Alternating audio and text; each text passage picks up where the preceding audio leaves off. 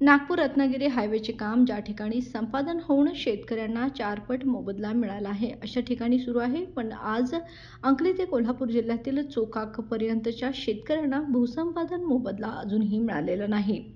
आंदोलन होऊन सुद्धा शेतकऱ्यांच्या या मागणीकडे शासनाने तसेच लोकप्रतिनिधींनी पूर्णपणे दुर्लक्ष केले आहे.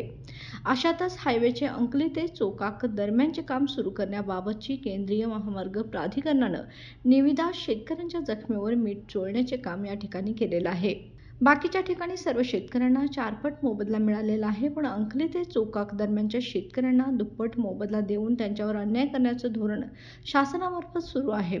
हा अन्याय खपवून घेतला जाणार नाही, पण कोणत्याही परिस्थितीत अंकली ते चोकाकपर्यंत रस्त्याचा रीतसर भूसंपादन होऊन 4 पट मोबदला शेतकऱ्यांना मिळाल्याशिवाय महामार्गाचे कोणतेही काम होऊ दिले जाणार नाही, असा इशारा बळीराजा नागपूर रत्नागिरी हायवे शेतकरी कृती समितीने दिला.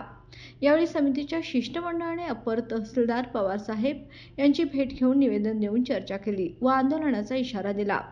यावेळी हनुमंत पाटील, दीपक पाटील, संभाजी कोईगडे, उमेश विभूते, दीक्षित इत्यादी समितीचे सदस्य उपस्थित होते. बाळ, फ्रीजमधून श्रीखंड काढ ना. आम्ही पूर्वी घरीच बनवायचो श्रीखंड, त्याची चवच वेगळी होती. आता काय सगळं रेडीमेड. आजी, हे श्रीखंड खाऊन बघ. आज तुझ्या आईनं घरीच बनवलं की काय?